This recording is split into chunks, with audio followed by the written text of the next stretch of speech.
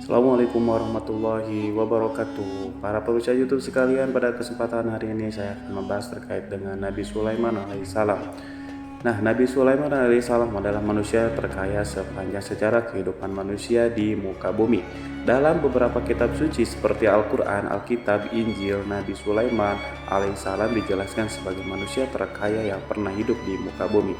Tidak ada satupun manusia yang bisa mengalahkan total kekayaannya. Hingga hari kiamat tiba, nanti para arkeolog telah menemukan situs peninggalan sejarah Islam yang mengungkap total kekayaan lebih dari Nabi Sulaiman alaihissalam. Reis bin Yosef, seorang profesor dari Tyre Active University, seorang peneliti, ia menyatakan bahwa 3000 tahun yang lalu Nabi Sulaiman alaihissalam diperkirakan memiliki kekayaan senilai 2,2 triliun US dollar. Apabila dikonversi dengan nilai mata uang dolar hari ini dan apabila dirupiahkan, maka nilainya setara dengan 32.891.870 triliun rupiah. Nilai itu berkali-kali lipat lebih banyak dari total kekayaan negara Indonesia yang hanya mencapai 11,454 triliun rupiah per 31 Desember 2021. Nabi Sulaiman AS memiliki beberapa mukjizat, diantaranya dapat berbicara dengan bahasa binatang. Beliau dapat memerintahkan mereka untuk melakukan sesuatu. Beliau juga dapat mengendalikan besar kecilnya tekanan angin dan dapat mengatur ke arah mana angin akan menghembus. Sehingga dengan itu Nabi Sulaiman dapat memanfaatkan angin sebagai kendaraannya dan juga kendaraan tentaranya. Nabi Sulaiman juga bisa melunakkan besi dan membentuk menjadi pakaian perang yang anti tusukan senjata tajam. Tapi Nabi Sulaiman memimpin para jin, mereka tunduk dan patuh pada Nabi Sulaiman. Tidak hanya itu, setan dan iblis laknatullah yang merupakan makhluk pembangkang dapat dibuat tunduk bertekuk lutut pada perintah-perintah Nabi Sulaiman. Bisa melakukan teleportasi, yaitu berpindah dari satu tempat ke tempat yang lainnya dalam waktu singkat. Peristiwa tersebut dibuktikan dengan pemindahan singgasana Ratu Bilqis atas perintah Nabi Sulaiman. Nabi Sulaiman juga dikenal sebagai raja yang adil dan bijaksana. Nabi Sulaiman diberkahi kecerdasan yang sangat luar biasa untuk menyatupadukan segenap kekuatan yang Allah berikan kepadanya. Ia mengelola dan membawa kerajaannya menjadi kekuatan raksasa yang tak terkalahkan di masanya. Dengan segenap kemampuan yang dimiliki, tentara Nabi Sulaiman adalah tentara terkuat di bumi tanpa ada yang menandinginya.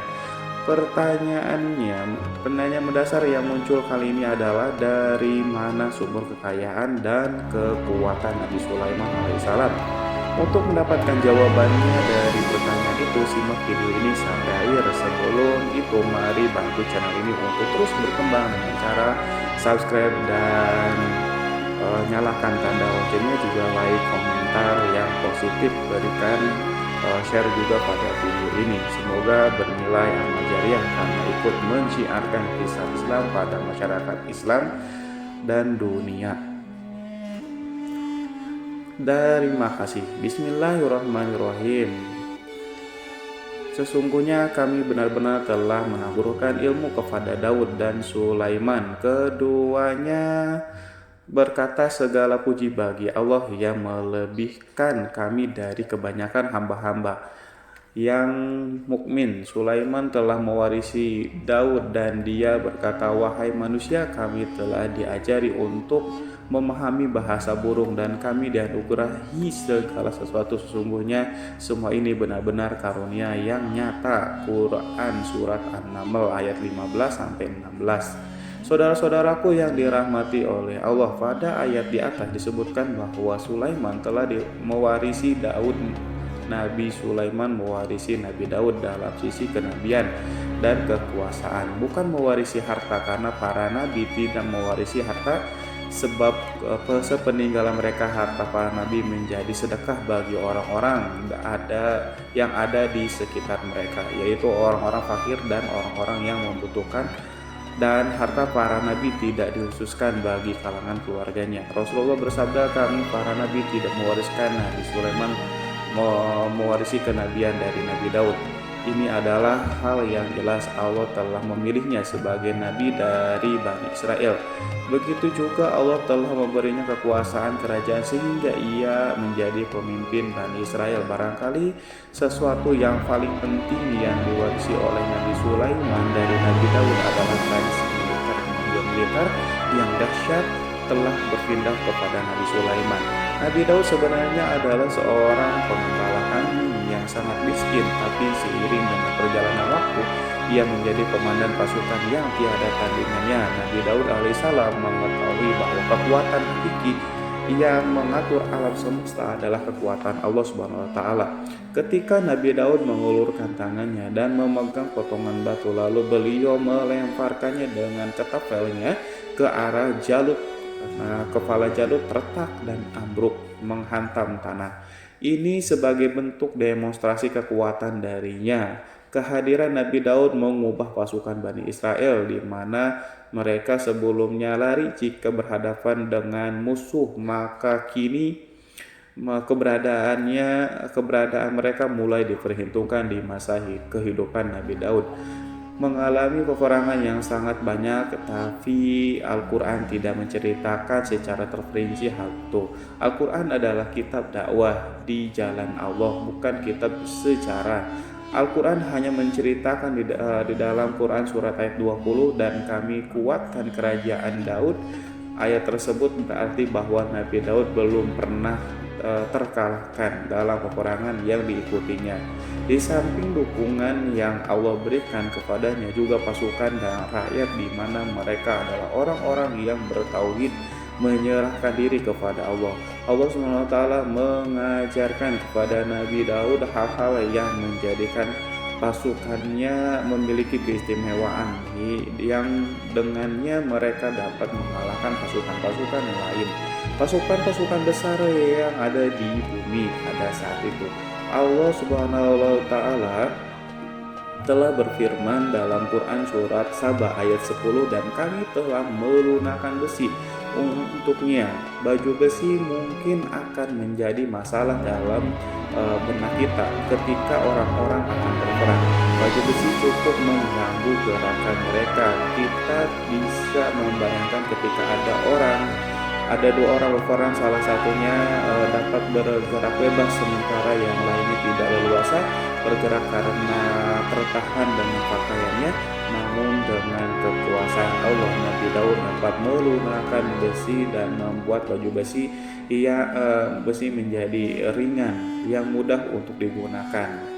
Ini adalah kemajuan penting yang Allah berikan kepada Nabi Daud dan tentaranya. Kemajuan itu kemudian diajarkan dan diwariskan dan dimiliki oleh Nabi Sulaiman alaihissalam. Nabi Sulaiman memiliki pasukan yang dahsyat yang melebihi pasukan manapun di bumi saat itu, atau bahkan mungkin saat ini. Bahkan Allah menambahkan karunia-Nya kepada Nabi Sulaiman yang disebutkan dalam Quran surat An-Naml ayat 16. Dan Sulaiman telah mewarisi Daud, dan dia berkata, wahai manusia, kami telah diberi pengertian tentang suara burung, dan kami diberi segala sesuatu. Sesungguhnya ini benar-benar sesuatu karunia yang nyata. Saudara-saudaraku yang dirahmati oleh Allah, pada suatu hari Nabi Sulaiman alaihissalam mengangkat tangannya berdoa kepada Allah.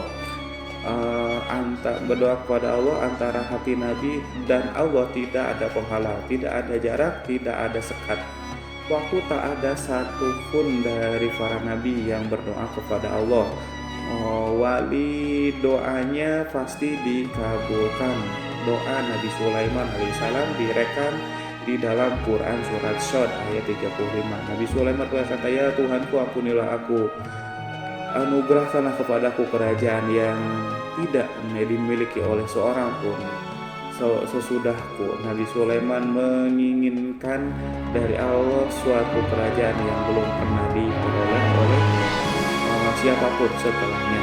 Allah SWT mengabulkan doa Nabi Sulaiman dan memberinya kerajaan tersebut. Nabi Sulaiman mewarisi kekuasaan, kemudian hikmah, ilmu dari Nabi Daud alaihissalam. Orang-orang menyebutnya Sulaiman al-Hakim, Sulaiman yang bijaksana. Kebijaksanaan Nabi Sulaiman tidak terbatas pada keadilannya di tengah-tengah manusia yang juga kasih sayangnya kepada mereka. Namun kebajikan Nabi Sulaiman juga berlaku di kalangan burung dan binatang lainnya.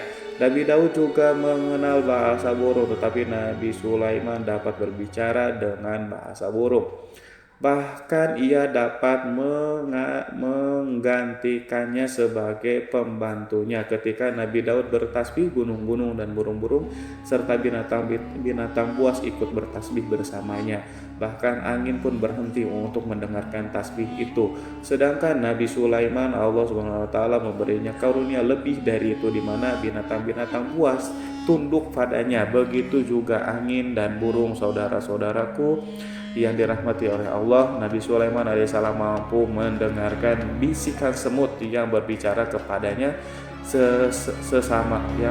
kepada sesamanya. Mereka bahkan ia mampu memerintahkan semut tersebut sehingga semut itu menjadi taat pada perintah pasukan Nabi Sulaiman. Nabi Sulaiman memiliki kekuatan yang sangat dahsyat di dunia. Belum pernah ada di dunia ini satu pasukan pun yang memiliki kekuatan seperti itu. Kekuatan Nabi Sulaiman berasal dari beberapa kombinasi yang sangat mengagumkan, sehingga karenanya ia tidak dapat tertandingi. Kekuatan itu terdiri dari manusia, binatang, jin, dan lain-lainnya.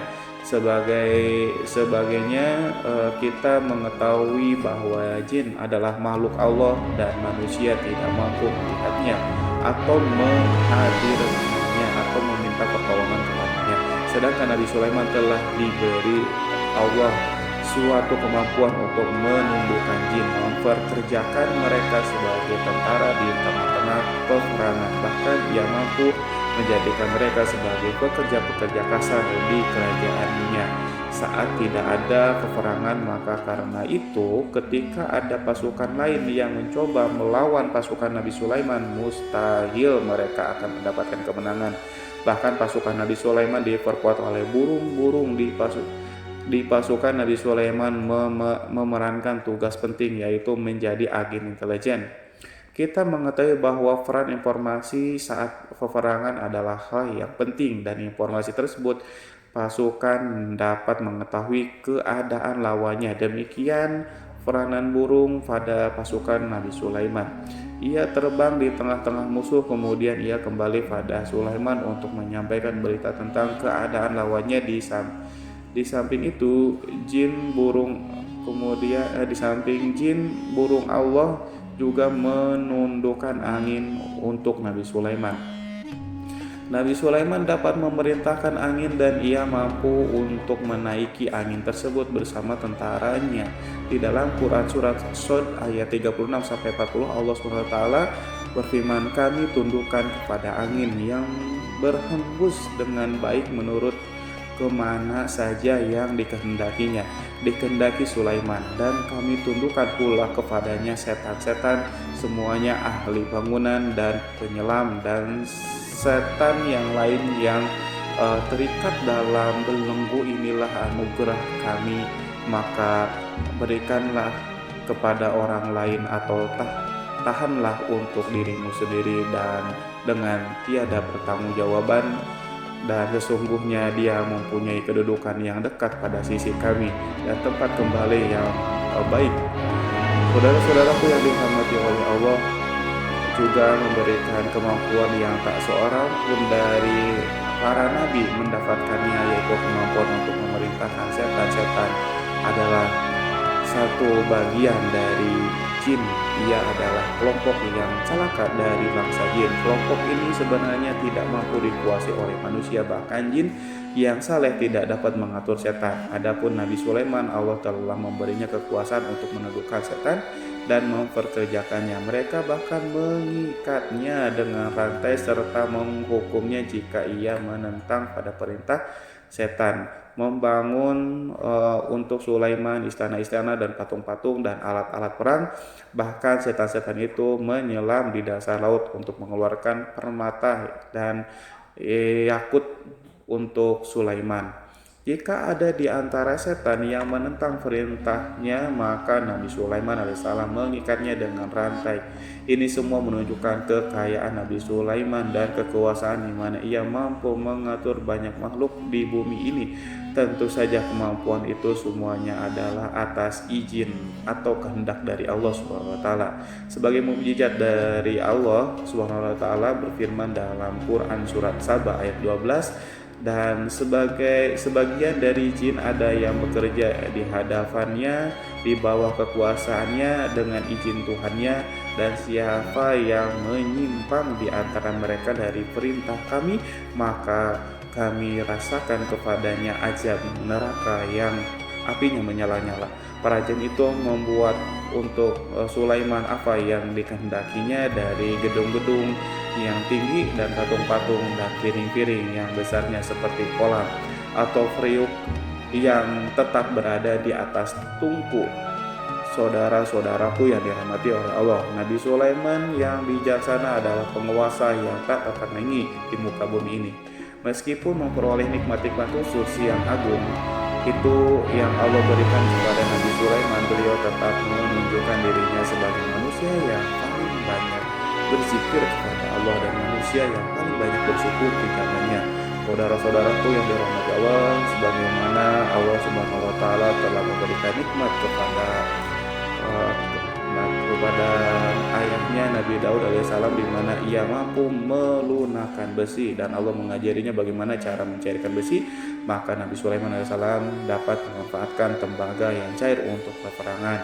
Dan juga di saat perdamaian, pada saat peperangan beliau mencampur tembaga dengan besi dan membuat darinya perunggu. Mereka menggunakan senjata-senjata perunggu dalam peperangan seperti pedang, baju besi, dan juga pisau. Senjata-senjata ini adalah senjata yang paling kuat di saat itu. Sedangkan di saat damai, tembaga digunakan untuk membuat bangunan, perhiasan, dan sebagainya. Meskipun Nabi Sulaiman mendapatkan banyak nikmat yang besar ini dan karunia yang khusus, Allah Subhanahu wa taala mengujinya dengan suatu ujian yang dahsyat, ujian yang akan selalu datang kepada seorang hamba yang soleh. Ketika hamba itu mendapatkan kedudukan besar, maka ujiannya pun menjadi besar. Allah Subhanahu wa taala menguji Nabi Sulaiman dengan penyakit. Saudara-saudaraku, ujian yang dialami Nabi Sulaiman diceritakan oleh Fakhrur Razi Sulaiman, diuji dengan suatu penyakit yang keras, di mana bahkan saat itu tidak mampu mengatasi sakitnya Nabi Sulaiman karena saking kerasnya, sehingga para dokter dari kalangan manusia dan jin tidak mampu menghilangkan penyakit itu. Lalu burung-burung menghadirkan rumput-rumput yang dianggap sebagai obat, tetapi Nabi Sulaiman tak kunjung sembuh. Semakin hari penyakit Nabi Sulaiman semakin menjadi-jadi, sehingga ketika Nabi Sulaiman duduk di atas kursi, dia duduk bagaikan tubuh tanpa roh, seakan-akan dia mati karena saking kerasnya penyakitnya. Sakit yang diderita oleh Nabi Sulaiman alaihissalam berlangsung sangat lama, namun Nabi Sulaiman tidak berhenti hentinya berzikir kepada Allah. Ia meminta kesembuhan kepada Allah, serta peristiwa pada Allah dan mengungkapkan rasa cinta kepadanya. Selesailah ujian Allah terhadap hambanya Nabi Sulaiman alaihissalam. Beliau pun sembuh. Ini Nabi Sulaiman merasakan kembali kesehatan setelah ia mengetahui segala kejayaan dan segala kekuasaan serta segala kebesarannya tidak lagi mampu menghilangkan penyakit yang dideritanya, kecuali jika Allah menghendakinya. Saudara-saudaraku yang dirahmati oleh Allah, Nabi Sulaiman telah membangun tempat ibadah, tempat sujud, sehingga manusia menyembah Allah di dalam rumah itu, menunjukkan keunggulan seni arsitektur dan seni pahat. Orang-orang yang membangun rumah itu berjumlah puluhan ribu orang. Tentu setiap kelompok dari mereka memiliki pekerjaan masing-masing. Di antaranya mereka ada yang mencairkan tembaga, di antara mereka ada yang tukang pahat, ada juga tukang ukir, ada juga membelah batu, ada juga yang memotong-motong kayu, ada yang mendatangkan rumput-rumput dari Lebanon, ada juga yang mendatangkan emas dan menjadikannya lempengan-lempengan yang mengkilap untuk menutupi kayu, untuk melapisi dinding. Bahkan dari golongan jin pun membantu membangun rumah tersebut. Tentu sebagai perintah dan bimbingan Nabi Sulaiman, mereka membuat patung-patung yang besar, membuat bejana yang besar untuk tempat makan para tentara dan pekerja, yaitu bejana seperti gunung. Karena saking beratnya dan besarnya, mereka juga membuat tempat minum yang besarnya seperti kolam. Nabi Sulaiman mengawasi para pekerja dan juga mengurusi masyarakatnya, di mana beliau mengenali program mereka dan berusaha memecahkan. Beliau juga mengawasi pasukannya dari kalangan binatang dan burung. Beliau mengetahui apakah ada sesuatu di antara mereka yang tidak datang, tidak hadir, di mana ia pergi, serta mengapa ia pergi. Nabi Sulaiman menguasai pengetahuan itu. Semua Nabi Sulaiman bukan hanya mengetahui problem tentaranya dari kalangan manusia dan juga tentaranya dari kalangan burung, namun ia juga menunjukkan kasih sayang terhadap semut, di mana beliau mendengar bisikan dan tidak suka untuk menginjakkan.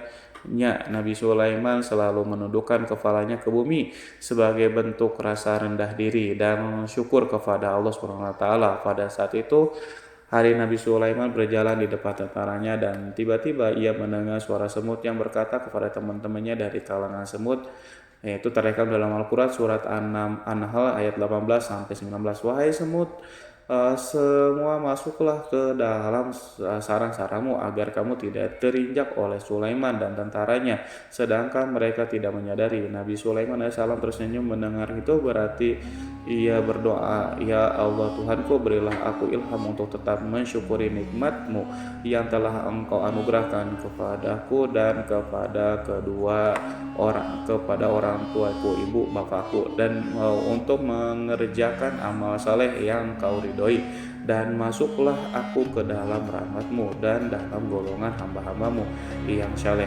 Saudara-saudaraku yang dirahmati Allah, meskipun Nabi Sulaiman mendapatkan kekuasaan dan memiliki tentara yang besar, namun tidak menunjukkan kasih sayang terhadap bangsa semut. Beliau mendengarkan fisiknya dan melihat semut yang ada di depannya. Oleh karena itu ia tak mungkin baginya untuk menginjak golongan semut itu.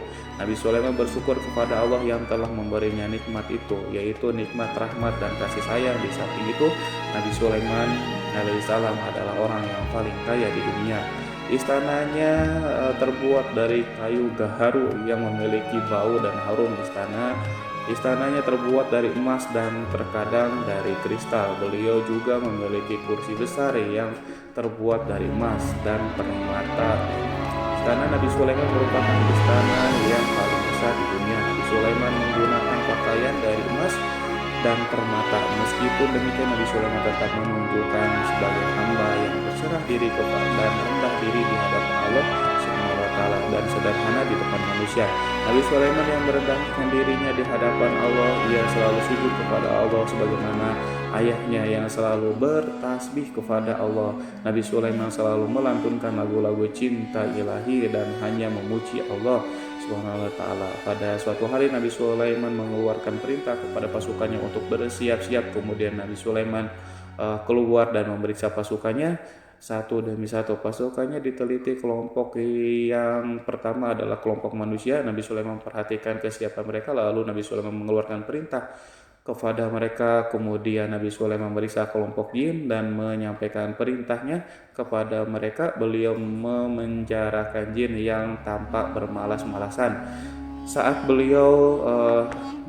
bekerja, lalu beliau memeriksa binatang dan berkata kepada mereka, apakah mereka sudah makan dengan baik? Apakah mereka tidur dengan nyenyak? Apakah ada yang mengadu pada mereka, misalnya karena penyediaan sesuatu atau karena makanan yang tidak layak? Apakah di sana ada yang sakit dan lain sebagainya? Semuanya diperiksa oleh Nabi Sulaiman. Ketika Nabi Sulaiman merasa puas dengan semuanya, Nabi Sulaiman memasuki tenda tempat berkumpulnya para burung. Nabi Sulaiman alaihissalam kemudian memasuki tenda tersebut dan mengamati keadaan di sekitarnya, sehingga beliau mengetahui bahwa ada satu burung yang tidak hadir, yaitu burung hudhud. Nabi Sulaiman alaihissalam kemudian berkata kepada yang yang diabadikan dalam surat An-Naml ayat 20. Mengapa aku tidak melihat burung hudhud? Burung-burung yang lainnya tampak terdiam sebagai penghormatan dan mereka mendengarkan apa yang dikatakan pemimpin mereka Nabi Sulaiman. Nabi Sulaiman mengarah ke pandangannya pada semua burung dan tidak menemukan burung hudhud di antara mereka. Tak seekor burung pun yang mengetahui keberadaan burung hudhud. Absen pada apel wajib kali ini, Nabi Sulaiman mulai menampakkan kemarahannya. Apakah dia termasuk yang tidak hadir? Tiba-tiba seekor burung kecil memberanikan diri untuk berkata kepada Nabi Sulaiman, "Wahai Nabi yang mulia, seharusnya hudhud ada bersamaku kemarin untuk melaksanakan tugas penyelidikan. Ia adalah pemimpin misi itu, namun burung hudhud belum datang. Oleh karena itu, aku tidak pergi bersamanya." Burung itu tampak gemetar karena Nabi Sulaiman bahwa hudhud tidak hadir dan tak seorang pun mengetahui kemana ia pergi. Hudhud pergi tanpa terlebih dahulu meminta izin kepada Nabi Sulaiman dan tidak memberitahu kemana keberadaannya. Dalam keadaan marah, Nabi Sulaiman berkata, "Sesungguhnya aku benar-benar akan mengazabnya dengan azab yang keras atau benar-benar menyembelihnya kecuali jika ia benar-benar datang kepadaku dengan alasan yang jelas." Kawanan burung-burung mengetahui bahwa Nabi Sulaiman sedang marah dan telah menetapkan untuk menyiksa burung hudhud atau menyembelihnya atau justru memaafkan dengan syarat ia datang dengan membawa alasan yang dapat menyelamatkan, atau dengan kata lain burung hudhud dapat memastikan bahwa ia melaksanakan tugas yang penting. Nabi Sulaiman menunjukkan kemarahannya yang besar sehingga siapapun merasa takut pada Nabi Sulaiman marah, maka kemarahannya akan membelak kebenaran. Kemudian beliau dapat melaksanakan ancaman dengan cara yang mudah. Seekor burung tanpa gemetar ketakutan melihat kemarahan Nabi Sulaiman. Lalu beliau mengeluarkan tangannya ke burung itu dan memegang kepalanya sehingga burung itu pun merasa tenang dan merasa takutnya hilang. Nabi Sulaiman kemudian pergi dari tempat burung dan menuju istananya. Nabi Sulaiman masih memikirkan keadaan burung hudhud. Seharusnya burung hudhud menjadi bagian penting dari badan intelijen. Apakah ia pergi untuk menyingkap sesuatu atau apakah ia pergi hanya untuk bermain-main? Nabi Sulaiman alaihissalam telah memperhatikan dan mengetahui bahwa burung hudhud adalah seekor burung yang cerdik dan juga fasih berbicara. Terkadang Nabi Sulaiman mendapati burung hudhud sedang bermain-main dan menunda-nunda pekerjaannya. Namun ketika Nabi Sulaiman melihat burung hudhud memahami bahwa perbuatannya tidak benar, sebab dia tidak boleh menyampur adukan antara waktu serius dan waktu bermain. Tidak lama setelah itu burung tiba-tiba di tempat para burung. Burung-burung yang lain berkata kepadanya, "Wahai Hud, pergilah engkau ke tempat Nabi Sulaiman. Jika ia mengetahui bahwa engkau telah sampai, jiwamu benar-benar terancam." Mendengar itu burung hudhud segera beranjak. Ia terbang menemui Nabi Sulaiman. Pada waktu itu Nabi Sulaiman sedang duduk bersama tentaranya yang lain. Burung hudhud berdiri. Ia telah mencanangkan untuk memulai pembicaraan dengan Nabi Sulaiman. Sebelum Nabi Sulaiman banyak bertanya kepadanya kemana dia pergi, ia berbagi sebagai bukti bahwa hudhud telah melaksanakan sesuatu tugas yang penting. Dalam Quran surat An-Nahl ayat 22, burung hudhud telah berbicara, "Aku telah mengetahui sesuatu yang kamu belum mengetahuinya, dan kubawa kepadamu dari negeri Sabah untuk berita penting yang diyakini." Seakan-akan burung hudhud hendak berkata, "Aku adalah hudhud yang miskin, tapi aku mengetahui apa yang tidak engkau ketahui, dan aku datang kepadamu dari kerajaan Sabah dengan membawa berita yang sangat penting." Nabi Sulaiman nampak terdiam. Ia menunggu hudhud menyelesaikan kisah yang tertulis dalam Quran surat An-Naml ayat 23-24. Burung berkata, "Sesungguhnya aku menjumpai seorang wanita yang memerintah. Mereka dianugerahi segala sesuatu serta mempunyai singgasana yang sangat besar. Aku mendapati dia dan kaumnya menyembah matahari selain Allah, dan setan telah menjadikan mereka memandang indah perbuatan-perbuatan mereka, lalu menghalangi mereka dari jalan Allah sehingga mereka tidak mendapatkan petunjuk. Burung hudhud diam sejenak dan Nabi Sulaiman merasa bahwa hudhud menunjukkan kefasihan lisannya dan berbicara dengan baik kepadanya. Nabi Sulaiman berkata dalam Quran surat An-Nahl ayat 27 sambil menunjukkan senyum manisnya di wajah Nabi Sulaiman berkata, "Akan kami lihat apakah kamu benar wahai hudhud, ataukah kamu termasuk orang-orang yang berdusta." Seakan-akan burung hud ingin mengatakan aku tidak berbohong. Diamnya Sulaiman membuat takut sehingga burung hudhud terdiam. Nabi Sulaiman terdiam karena berpikir, lalu ia memutuskan sesuatu. Setelah itu beliau mengangkat kepala lainnya dan meminta secari kertas dan pena. Nabi Sulaiman menulis surat singkat dan menyerahkannya kepada hudhud serta memerintahkan kepadanya dalam Quran surat An-Nahl ayat 24, "Pergilah dengan membawa suratku ini, lalu jatuhkanlah kepada mereka. Kemudian berpalinglah dari mereka, lalu perhatikanlah apa yang mereka bicarakan." Al-Quranul Karim hanya ceritakan dalam Quran surat An-Naml bagaimana perginya hudhud dan bagaimana ia menyerahkan surat itu. Lalu Al-Quran langsung menyebutkan keadaan kerajaan Balqis yang saat itu ia sedang membaca surat tersebut di depan para pembesar kerajaannya dan para menterinya dalam Quran surat An-Naml ayat 29-31. Berkatalah Bilqis, "Wahai pembesar-pembesar, sesungguhnya telah dijatuhkan kepadaku sebuah surat yang mulia. Sesungguhnya surat ini dari Sulaiman, dan sesungguhnya isinya dengan menyebut nama Allah yang Maha Pengasih lagi Maha Penyayang, bahwa janganlah kalian berlaku sombong terhadapku dan datanglah kepadaku sebagai orang-orang yang berserah diri." Saudara-saudaraku yang dirahmati Allah, dalam surat itu Nabi Sulaiman disebutkan hendaklah mereka menyerahkan diri dan tunduk kepada perintah Sulaiman. Nabi Sulaiman memerintahkan agar mereka meninggalkan penyembahan terhadap matahari. Nabi Sulaiman tidak mempersoalkan akidah mereka dan tidak memuaskan mereka dengan apapun. Nabi Sulaiman hanya memerintahkan bahwa ia berada di atas kebenaran, bukankah ia didukung kekuatan yang berlandaskan keyakinan dan dimilikinya. Nabi Sulaiman hanya memerintahkan mereka agar tunduk dan patuh kepadanya. Ratu Saba menyampaikan surat tersebut di tengah-tengah kaumnya. Dalam Quran surat An-Naml ayat 32 dijelaskan berkata Bilqis, "Wahai para pembesar, berilah aku pertimbangan dalam urusanku ini. Aku tidak pernah memutuskan suatu persoalan sebelum kamu berada dalam majelisku." Saudara-saudaraku yang dirahmati Allah, para pembesar istana Bilqis menentang surat tersebut. Isi surat itu membangkitkan kesombongan kaum Saba, di mana mereka merasa lebih kuat. Mereka mengetahui bahwa di sana ada seseorang yang mencoba menentang mereka dan mengisyaratkan peperangan kepada mereka. Lalu ia minta kepada mereka untuk memenuhi syarat-syarat sebelum terjadinya peperangan dan kekalahan dalam Quran surat An-Nahl ayat 33. Mereka menjawab, "Kita adalah orang-orang yang memiliki kekuatan dan juga memiliki keberanian yang sangat dalam. Peperangan dan keputusan berada di tanganmu, wahai rajaku.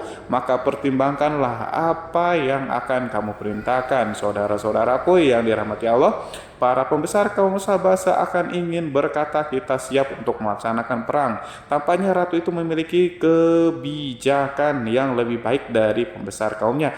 Surat Sulaiman itu membuatnya berpikir lebih jernih dan lebih berhati-hati. Ia berusaha sebisa mungkin menghindari peperangan. Ratu itu berpikir dalam tempo yang lama. Nama Sulaiman tidak diketahuinya dan ia pun belum pernah mendengarnya. Oleh karena itu ratu kaum Sabah tidak mampu mengetahui dan mendeteksi seberapa besar kekuatan Nabi Sulaiman. Boleh jadi Nabi Sulaiman memiliki kekuatan yang dahsyat sehingga ia mampu memerangi kekuasaannya dan mengalahkannya. Kemudian ratu memperhatikan apa yang ada di sekelilingnya. Ia melihat kemajuan masyarakat dan juga kekayaannya. Barangkali ia mengira bahwa Nabi Sulaiman iri terhadap kemajuan kekayaan itu, sehingga Nabi Sulaiman ingin menyerangnya. Setelah mempertimbangkan isi surat Nabi Sulaiman dengan cermat, Ratu Sabah memilih untuk tidak bersikap sombong dan bodoh. Ratu lebih suka untuk menggunakan bahasa kelembutan. Ia mengirim kepada Nabi Sulaiman suatu hadiah yang besar. Ratu mengira bahwa Nabi Sulaiman seseorang yang ambisius, yang boleh jadi ia telah mendengar tentang kekayaan kerajaan Sabah. Para utusan pergi dengan membawa hadiah dari Ratu Saba. Ratu berharap agar mereka dapat memasuki kerajaan Nabi Sulaiman dan akan mengetahui kondisi kerajaan. Saat mereka pulang, Ratu ingin mendengar secara langsung dari mereka tentang bagaimana keadaan kaum Nabi Sulaiman dan pasukannya. Setelah mendapatkan informasi yang cukup, maka Ratu Bilqis dapat membuat sesuatu keputusan yang tepat. Ratu menyembunyikan apa yang terlintas dalam pikirannya, lalu ia berbicara kepada pembesar istananya bahwa ia dapat menyingkapi niat jahat Raja Sulaiman. Lalu cara mengirimkan hadiah kepadanya. Ratu lebih memilih cara tersebut dan menunggu reaksi dari Nabi Sulaiman. Ratu berhasil memuaskan para pembesar istana dan untuk sementara ia menghilangkan ide untuk berperang. Karena para raja jika menyerang satu desa, maka pemimpin desa tersebut adalah orang yang paling banyak mendapatkan kehinaan dan kerjaan. Akhirnya para pembesar kaumnya merasa puas dengan pikiran Ratu Bilqis. Saudara-saudaraku yang dirahmati oleh Allah, dalam Quran surat An-Naml ayat 34-35 dijelaskan, Bilqis berkata, dia berkata, sesungguhnya raja-raja apabila memasuki suatu negeri niscaya mereka akan membinasakannya dan menjadikan penduduknya yang mulia menjadi hina, dan demikian pula lah yang akan mereka perbuat, dan sesungguhnya aku akan mengirim utusan kepada mereka dengan membawa hadiah, dan aku akan menunggu apa yang akan dibawa kembali oleh utusan itu.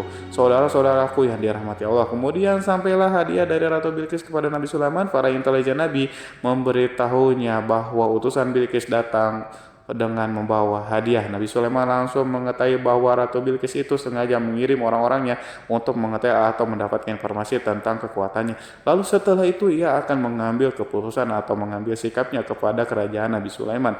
Sulaiman segera memanggil semua pasukannya untuk berkumpul. Utusan Bilqis segera memasuki istana. Nabi Sulaiman yang dipenuhi dengan pasukan besar yang bersenjata melihat itu, utusan Ratu Bilqis tercengang dan ia terkejut ketika mereka melihat kekayaan yang mereka bawa tidak ada apa-apanya dibandingkan apa yang ada di sana. Hadiah mereka tanpa tidak berarti, emas yang mereka bawa tanpa tidak memiliki makna. Saat mereka memasuki istana Nabi Sulaiman yang terbuat dari kayu-kayu pohon gaharu yang mengeluarkan bau yang harum serta dihiasi dengan emas permata, para utusan Ratu Bilqis berdiri bersama Nabi Sulaiman dan menyaksikan bagaimana Nabi Sulaiman mengendalikan pasukannya. Kemudian mereka mulai berpikir tentang kekuatan dan kualitas pasukan Nabi Sulaiman. Betapa kagetnya mereka ketika melihat di tengah-tengah pasukan itu terdapat singa, burung, dan tentara dari kalangan manusia yang mampu terbang. Mereka pun sadar bahwa mereka di hadapan pasukan yang tiada tersaingi. Demonstrasi pasukan Nabi Sulaiman. Kemudian para utusan ratu dipersilahkan maju ke tempat hidangan makanan. Para utusan itu sangat terkejut ketika melihat berbagai macam makanan dari penjuru dunia ada di depannya, dan di antara makanan itu terdapat pula makanan yang biasa ditemukan di negeri mereka, tetapi mereka melihat bahwa makanan itu memiliki rasa yang lebih istimewa. Selain itu, piring-piring yang ada di depannya mereka dan dijadikan tempat makanannya terbuat dari emas, dan mereka dilayani oleh laki-laki yang berhias dengan emas. Ratu mereka pun tidak mengenakan hiasan itu di meja makanan itu. Terdapat burung, ikan laut, dan berbagai macam daging yang mereka tidak mampu lagi membedakan daging apa itu. Nabi Sulaiman tidak makan bersama mereka, tapi beliau makan dengan menggunakan piring yang terbuat dari kayu. Beliau makan roti yang kering yang dicampur dengan minyak. Inilah makanan yang dipilih Nabi Sulaiman. Makan bersama mereka dalam keadaan diam. Mereka merasa kehadiran Nabi Sulaiman menciptakan suatu wibawa yang luar biasa. Selesai perjamuan itu, makanan itu sudah selesai. Lalu dengan sangat malu mereka menyerahkan hadiah dari Ratu Bilqis kepada Nabi Sulaiman. Hadiah itu berupa emas. Bagi mereka hadiah itu sangat bernilai tinggi, tapi di sini hadiah itu tampaklah kecil di hadapan kekayaan Nabi Sulaiman yang sangat mengagumkan. Nabi Sulaiman memperhatikan hadiah ratu itu dan berkata dalam Quran surat An-Nahl ayat 36, maka tatkala utusan itu sampai pada Sulaiman, Sulaiman berkata, apakah patut kamu menolong aku dengan harta?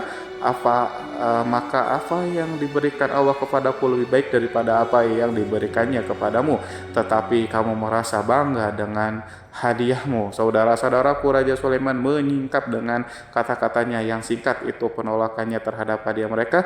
Ia memberitahu utusan itu bahwa ia tidak menerima Ia memberitahu utusan itu bahwa ia tidak menerima hadiah tersebut. Ia tidak merasa puas dengan hadiah itu. Yang membuatnya puas hanyalah, janganlah kalian berlaku sombong terhadapku, dan datanglah kepadaku sebagai orang-orang yang berserah diri. Lalu Nabi Sulaiman berkata kepada mereka, pelan hal itu diabadikan dalam Quran surat An-Naml ayat 33, kembalilah kepada mereka, sesungguhnya kami akan mendatangi mereka dengan bala tentara yang mereka tidak kuasa melawannya, dan pasti kami akan mengusir mereka dari negeri itu, yaitu negeri Sabah, dengan terhina, dan mereka akan menjadi tawanan yang hina saudara-saudaraku yang dirahmati oleh Allah. Nabi Sulaiman kemudian meninggalkan para utusan ratu setelah terlebih dahulu mengancam mereka. Para utusan itu mengharap agar lebih Sulaiman mau menunggu kunjungan Ratu Bilqis sendiri yang akan membawa misi perdamaian. Akhirnya sampailah para utusan Ratu Bilqis ke negeri Sabah. Mereka segera menuju ke istana sang ratu. Mereka memberitahu bahwa negeri mereka ada di ujung tanduk. Mereka menceritakan kepada ratu tentang kekuatan Nabi Sulaiman dan tidak mungkin bagi mereka mampu melawannya. Mereka meyakinkan Ratu Bilqis bahwa ia harus mengunjunginya dan melihat sendiri bagaimana kebesaran kerajaan Nabi Sulaiman. Kemudian ratu menyiapkan dirinya untuk pergi menuju kerajaan Nabi Sulaiman dan sudah duduk di kursi kerajaan di tengah-tengah para pembesarnya dan para menterinya serta para komandan pasukan. Beliau berpikir tentang sosok Bilqis. Sulaiman mengetahui bahwa Bilqis menuju tempatnya. Meski dikelilingi rasa takut, Nabi Sulaiman berpikir sejenak tentang bagaimana matahari disembah. Ia memikirkan bagaimana informasi yang diterima oleh intelijennya tentang kemajuan kerajaan Bilqis dalam bidang kesenian dan ilmu pengetahuan. Nabi Sulaiman bertanya kepada dirinya sendiri, apakah kemajuan menjadi penghalang untuk mengetahui kebenaran? Apakah ratu itu gembira dengan kekuatan yang dicapainya, dan ia membayangkan bahwa kekuatannya adalah segalanya dengan kemajuan yang dimilikinya. Nabi Sulaiman ingin membuat kejutan agar ratu mengetahui bahwa Islam yang diyakini oleh Nabi Sulaiman adalah satu-satunya yang mampu mendatangkan kemajuan dan kekuatan yang hakiki, sehingga ia dapat membandingkan antara keyakinannya dalam menyembah matahari beserta kemajuan yang mencapainya dengan keyakinan Nabi Sulaiman juga beserta kemajuan yang diraihnya. Saudara-saudaraku yang dirahmati oleh Allah, pada mata-mata Nabi Sulaiman telah memberitahu bahwa hal yang sangat disegani dan dikagumi oleh kaum Bilqis adalah kerajaan Sabah, yaitu singgasana Ratu Bilqis. Singgasana itu terbuat dari emas dan batu mulia. Singgasana tersebut dijaga oleh penjaga yang sangat disiplin, di mana mereka tidak pernah lalai sedikit pun. Oleh karena itu sangat tepat apabila Nabi Sulaiman menghadirkan singgasana di sini di kerajaannya, sehingga ketika ratu tiba maka ia dapat duduk di atasnya. Nabi Sulaiman ingin membuat kejutan kepadanya dan menunjukkan bahwa kemampuannya tersebut yang berlandaskan pada keislaman. Nabi Sulaiman melakukan yang demikian itu dengan harapan agar si ratu tunduk kepadanya. Ide itu terlintas dalam diri Nabi Sulaiman, lalu ia mengangkat kepalanya dan menoleh kepada anak buahnya. Hal itu diabadikan dalam Quran surat An-Naml ayat 36. Wahai para pembesar-pembesar, siapakah di antara kalian yang sanggup membawa singgasananya kepadaku sebelum mereka datang kepadaku? Sebagai orang-orang yang berserah diri, saudara-saudaraku, perhatikanlah ungkapan pikiran Nabi Sulaiman tersebut. Semua pemikirannya berkisar tentang keislaman para penyembah matahari, tentang bagaimana beliau dapat memberikan petunjuk kepada mereka di jalan Allah. Yang pertama menjawab pertanyaan Nabi Sulaiman adalah jin Ifrit dari kalangan jin yang Allah telah menundukkan mereka kepada Nabi Sulaiman. Dalam Quran surah Al-An'am ayat 39 berkata Ifrit yang cerdik dari golongan jin, aku akan datang kepadamu dengan membawa singgasana itu kepadamu sebelum kamu berdiri dari tempat dudukmu. Sesungguhnya aku benar-benar kuat untuk membawanya lagi. Dapat dipercaya Nabi Sulaiman berdiri dari tempat duduknya setelah 1 jam atau 2 jam, namun jin itu berjanji kepadanya untuk menghadirkan singgasana Bilqis. Sebelum itu istana Nabi di Palestina, sedangkan istana Bilqis terletak di Yaman. Antara singgasana tersebut dengan singgasana Nabi Sulaiman berjarak lebih dari ribuan mil. Barangkali pesawat yang cepat sekalipun yang kita kenal hari ini tidak akan mampu membawa dan mendatangkan di istana itu dalam waktu 1 jam. Tetapi masalahnya di sini berhubungan dengan kekuatan jin yang serba misterius, Nabi Sulaiman alaihissalam tidak mengomentari sedikit pun terhadap apa yang dikatakan oleh Ifrit dari golongan jin. Tampaknya ia menunggu tanggapan lain yang mampu menghadirkan singgasana Bilqis yang lebih cepat dari jin. Nabi Sulaiman menoleh kepada seseorang di sana yang duduk di atas naungan. Hal itu diceritakan dalam Quran surat An-Naml ayat 40. Berkatalah seorang yang mempunyai ilmu dari Alkitab, aku akan membawa singgasana itu kepadamu sebelum matamu berkedip. Maka tatkala Sulaiman melihat singgasana itu terletak di hadapannya, ia pun berkata, ini termasuk karunia Tuhanku untuk mencoba aku. Apakah aku akan bersyukur atau mengingkari nikmatnya? Dan barang siapa yang bersyukur, maka sesungguhnya dia bersyukur untuk kebaikan dirinya sendiri. Dan barang siapa yang ingkar, maka sesungguhnya Tuhanku maha kaya lagi maha mulia. Saudara-saudaraku, belum lama seseorang yang mempunyai ilmu Alkitab itu menyatakan kalimatnya, sehingga singgasana itu tiba-tiba ada di depan Nabi Sulaiman yang mampu menghadirkan singgasana itu lebih cepat atau lebih sedikit dari kedipan mata. Ketika mata itu tertutup dan terbuka, Al-Quranul Karim tidak menyingkap kepribadiannya. Seseorang yang menghadirkan singgasana itu, Al-Quran hanya menggarisi bahwa orang itu mempunyai ilmu dari Alkitab. Al-Quran tidak menjelaskan kepada kita apakah ia seorang malaikat atau manusia atau jin atau Al-Quranul Karim sepertinya ingin menyembunyikan identitas orang tersebut. Al-Quran sengaja tidak menyingkap hakikat kitab yang dimaksud. Saudara-saudaraku yang dirahmati Allah, setelah melintas singgasana itu, Nabi Sulaiman bersyukur kepada Allah. Ia mulai memperhatikan singgasana sang ratu. Singgasana tersebut merupakan simbol pembangunan dan juga kemajuan, tetapi tampaknya ia hanya sesuatu yang biasa saja jika dibandingkan dengan kekuatan dan kekuasaan. Khawatir kebesaran ciptaan yang dibuat oleh manusia dan jin di kalangan Nabi Sulaiman memikirkan dalam tempo yang sangat lama singgasana Ratu Bilqis itu. Kemudian beliau memerintahkan agar singgasana itu diperbaiki, sehingga saat Ratu Bilqis datang, lebih Sulaiman akan memujinya. Apakah Ratu Bilqis dapat mengenali singgasananya ataukah tidak? Di dalam Al-Quran surat An-Naml ayat 21, Nabi Sulaiman berkata, ubahlah baginya singgasana, maka kita akan melihat apakah dia mengenal ataukah dia termasuk orang-orang yang tidak mengenalnya. Saudara-saudaraku yang dirahmati Allah, Sulaiman memerintahkan agar dibangun istana yang akan digunakan untuk menyambut Ratu Bilqis. Nabi Sulaiman memilih tempat di laut dan ia memerintahkan agar dibangun suatu istana di mana sebagian besarnya terdiri dari air laut. Nabi Sulaiman memerintahkan agar lantainya itu terbuat dari kaca yang tebal dan kuat, sehingga orang-orang yang berjalan di atas istana itu akan dapat melihat di bawahnya ada ikan-ikan yang berwarna-warni yang berenang-renang, dan mereka akan melihat rumput-rumput laut yang bergerak-gerak. Akhirnya terselesaikanlah pembangunan istana itu. Saking bersihnya kaca lantai sehingga tampak di sana tidak ada kaca burung. Kaca burung Hud memberitahu Nabi Sulaiman bahwa Bilqis telah sampai di dekat kerajaannya. Kemudian Ratu Bilqis datang. Al-Quran tidak menyebutkan keadaan Nabi Sulaiman saat menyambut Bilqis, namun Al-Quran menunjukkan dua sikap Ratu Bilqis. Pertama, bagaimana sikap Bilqis ketika pertama kali melihat singgasananya yang datang mendahulunya, padahal ia telah meninggalkannya pengawalnya untuk tetap setia menjaga singgasananya. Keadaan kedua adalah keadaan di depan istana yang dibangun untuk penyambutan Ratu Bilqis. Istana penuh dengan permata yang berenang di bawahnya, ikan-ikan.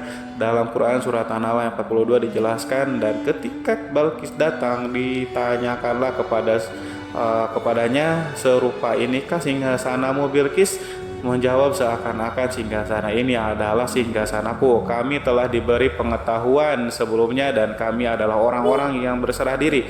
Saudara-saudaraku, pada dialek di atas, Bilqis melihat singgasananya dan ia tercengang saat mengetahui bahwa itu adalah singgasana miliknya. Namun ia kemudian mulai ragu karena melihat tidak sepenuhnya itu singgasana miliknya. Jika itu benar-benar miliknya, lalu bagaimana ia datang mendahulinya? Dan bila bukan singgasananya, maka bagaimana Sulaiman dapat meniru sepersis dan seteliti itu, padahal Sulaiman tidak pernah sekalipun pergi ke kerajaannya. Nabi Sulaiman berkata saat melihat Bilqis mengamati singgasananya, "Apakah ini singgasanamu?" Dia sangat kebingungan, namun setelah itu ia menjawab, "Sepertinya benar." Nabi Sulaiman berkata lagi, "Kami telah diberi ilmu sebelumnya, dan kami sebagai orang-orang muslim saudara-saudaraku yang dirahmati oleh Allah." Melalui pertanyaan itu, Nabi Sulaiman ingin mengisyaratkan kepada Bilqis agar ia membandingkan antara keyakinannya beserta ilmu yang dicapainya dengan keyakinan Nabi Sulaiman yang muslim beserta kata pengetahuan yang telah diraihnya penyembahan terhadap matahari dan pencapaian ilmu yang dicapai oleh Bilqis, tanpa tidak ada apa-apanya dibandingkan dengan ilmu Nabi Sulaiman dan keislamannya. Nabi Sulaiman telah mendahulunya dengan bidang ilmu karena keislamannya. Karena itu sangat mudah baginya untuk mengungguli Balqis. Dalam ilmu-ilmu yang lainnya, demikianlah yang disyaratkan pernyataan Sulaiman kepada Bilqis. Sahabat itu mengetahui bahwa ini adalah singgasananya, di mana singgasana itu datang lebih dulu daripada dirinya. Beberapa bagian darinya telah diubah saat Balqis masih di dalam perjalanan menuju ke tempat Nabi Sulaiman. Ia berpikir kemampuan apa yang dimiliki oleh Nabi Sulaiman. Ratu Balqis tercengang melihat apa yang disaksikannya, yang berupa buah dari keimanan Nabi Sulaiman dan hubungannya dengan Allah SWT. Sebagaimana Balqis juga tercengang ketika melihat kemajuannya di bidang ilmu pembangunan, seni, dan ilmu-ilmu yang lainnya. Maka ia lebih kagum lagi saat melihat hubungan yang kuat antara keislaman Nabi kiriman dengan ilmunya, serta kemajuan yang diraihnya. Dalam Quran surat An-Naml ayat 84 dijelaskan, dan apa yang disembahnya selama ini selain Allah mencegahnya untuk melahirkan keislamannya, karena sesungguhnya ia terdahulu termasuk orang-orang yang kafir. Saudara-saudaraku yang dirahmati Allah, tergoncanglah dalam benak Balqis ribuan hal yang melihat keyakinan kaumnya runtuh di hadapan Nabi Sulaiman, yang menyadari bahwa matahari yang disembahnya hanya merupakan ciptaan Allah, di mana ia menggerakkannya untuk hamba-hambanya. Lalu terbitlah matahari, kebenaran dalam dirinya atau hatinya diterangi oleh cahaya baru yang tidak akan tenggelam seperti tenggelamnya matahari. Masa keislamannya hanya menunggu waktu saja. Ratu Balqis memilih waktu yang tepat untuk mengumumkan keislamannya. Allah SWT berfirman dalam Quran surat An-Naml ayat 44, dikatakan kepadanya, "Masuklah ke dalam istana." Maka tatkala ia melihat lantai istana itu, dikiranya kolam air yang besar dan disingkapnya dua betisnya.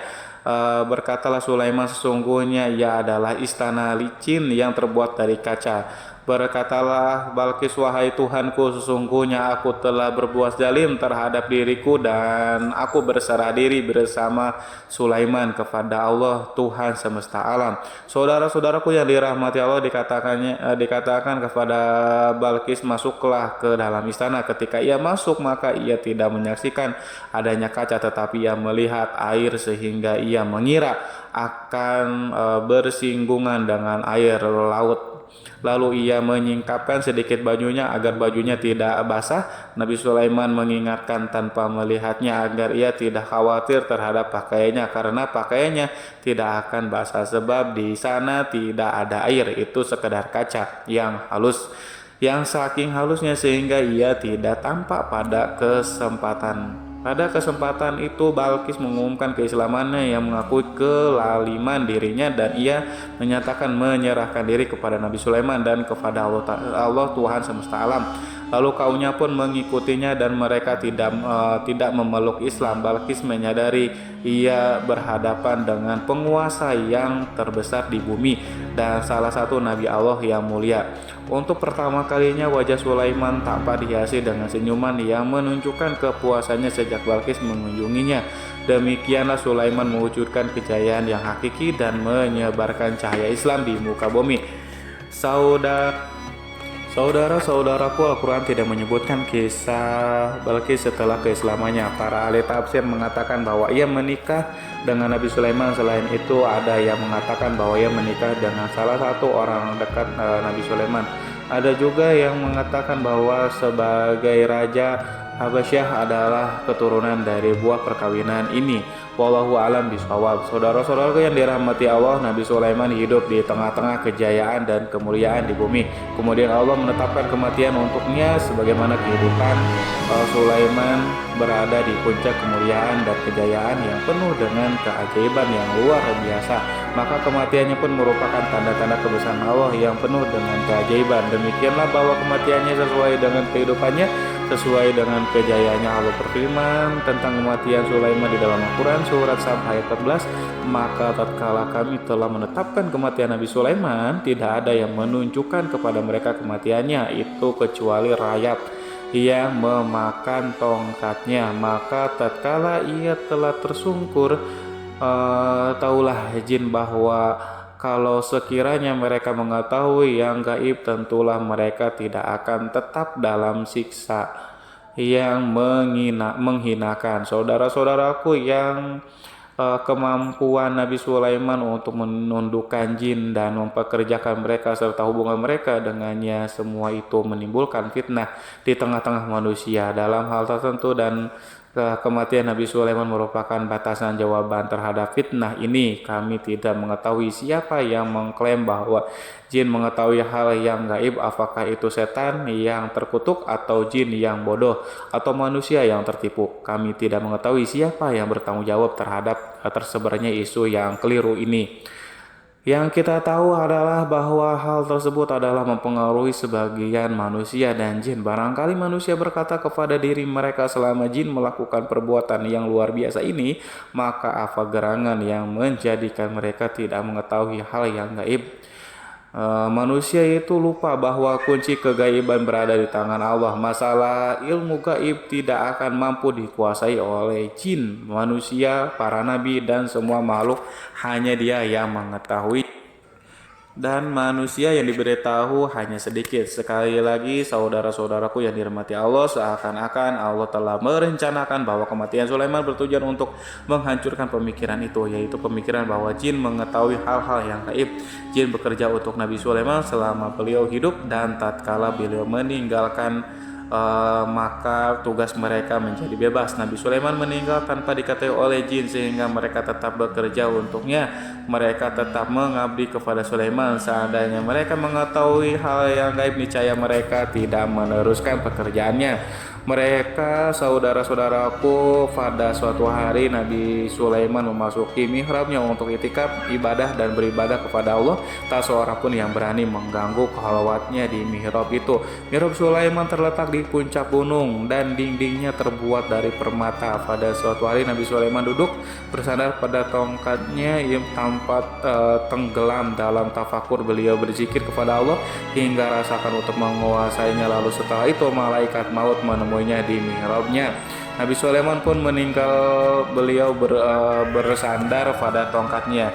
Jin melihatnya dan mengira bahwa beliau sedang sholat, sehingga mereka pun terus melanjutkan pekerjaannya. Berlalulah hari-hari yang panjang, kemudian datanglah rayap itu, yaitu semut kecil yang memakan kayu. Hewan itu mulai memakan tongkat Nabi Sulaiman. Rayap itu tampak lapar. Sebagian dari tongkat Nabi Sulaiman dimakan beberapa hari oleh rayap itu. Ketika yang dimakan semakin bertambah, maka tongkat itu pun menjadi rusak dan kemudian jatuh dari tangan Nabi Sulaiman alaihissalam. Tubuh mulia itu kehilangan pertimbangan dan kemudian jatuh terhempas di bumi. Tatkala tubuh suci itu tersungkur, maka manusia segera menuju ke arahnya. Mereka menyadari dan mengetahui bahwa Nabi Sulaiman telah meninggal dalam waktu yang lama. Jin menyadari bahwa mereka tidak mengetahui hal yang gaib, dan manusia pun mengetahui hal yang hakikatnya. Ini seandainya jin mengetahui hal yang gaib, niscaya ia tidak akan meneruskan siksa yang hina. Mereka tidak akan bekerja kepada Sulaiman. Demikianlah Nabi Sulaiman alaihissalam meninggal dalam keadaan duduk dan salat timiranya. Lalu berita itu tersebar bagaikan api di bumi. Manusia, burung, dan binatang buas mengantarkan jenazah Nabi Sulaiman. Sekawanan burung tanpa sedih dan menangis. Semua makhluk bersedih. Akhirnya tak seorang pun mengetahui bahwa burung di bumi meninggal seorang yang memahami pembicaraan burung, binatang-binatang, jin, dan yang lainnya. Sebagian burung-burung itu berkata betapa beratnya kehidupan di tengah orang-orang yang tidak mengerti pembicaraan kita. Wallahu a'lam bishawab. Wassalamualaikum warahmatullahi wabarakatuh.